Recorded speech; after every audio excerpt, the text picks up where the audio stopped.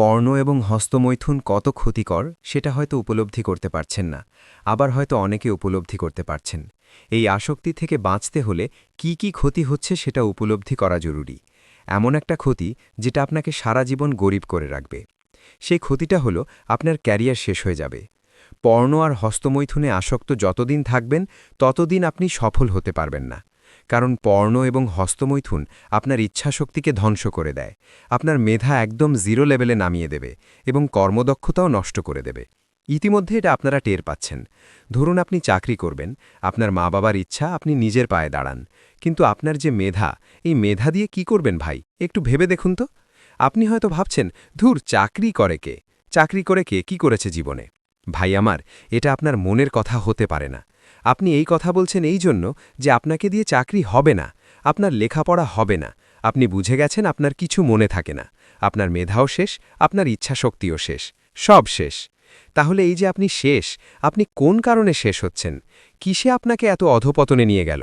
আপনি না ছোটবেলায় জটিল জটিল বিষয় সমাধান করতে পারতেন, ভালো ভালো গবেষণা করতে পারতেন, ক্লাসে বা খেলাধুলায় হেরে গেলে ইচ্ছাশক্তিকে কাজে লাগিয়ে চেষ্টা করতেন এরপর ভালো করব।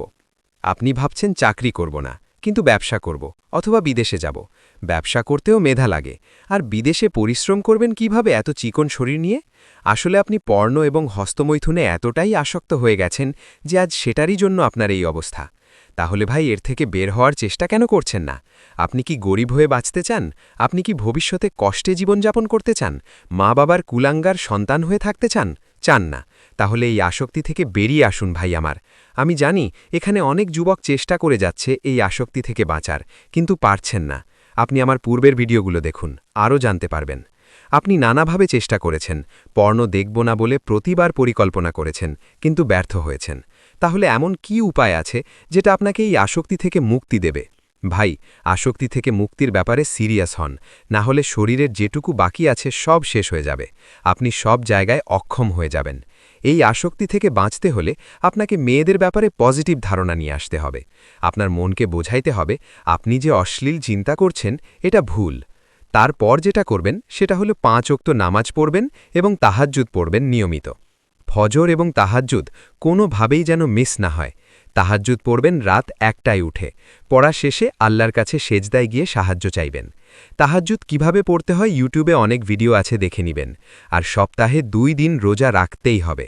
ইনশাল্লাহ আগামী 1 বছর এই কাজগুলো করতে পারলে আপনি নিজেই পরিবর্তন দেখতে পারবেন। তাহলে কি বললাম? 1. মেয়েদের ব্যাপারে সুধারণা করতে হবে। 2. 5 ওয়াক্ত নামাজ এবং তাহাজ্জুদ, ফজর এবং তাহাজ্জুদ অবশ্যই পড়তে হবে। 3. সপ্তাহে 2 দিন রোজা রাখবেন এবং ইফতারি শেষে দোয়া করবেন, আল্লাহ সাহায্য করুন।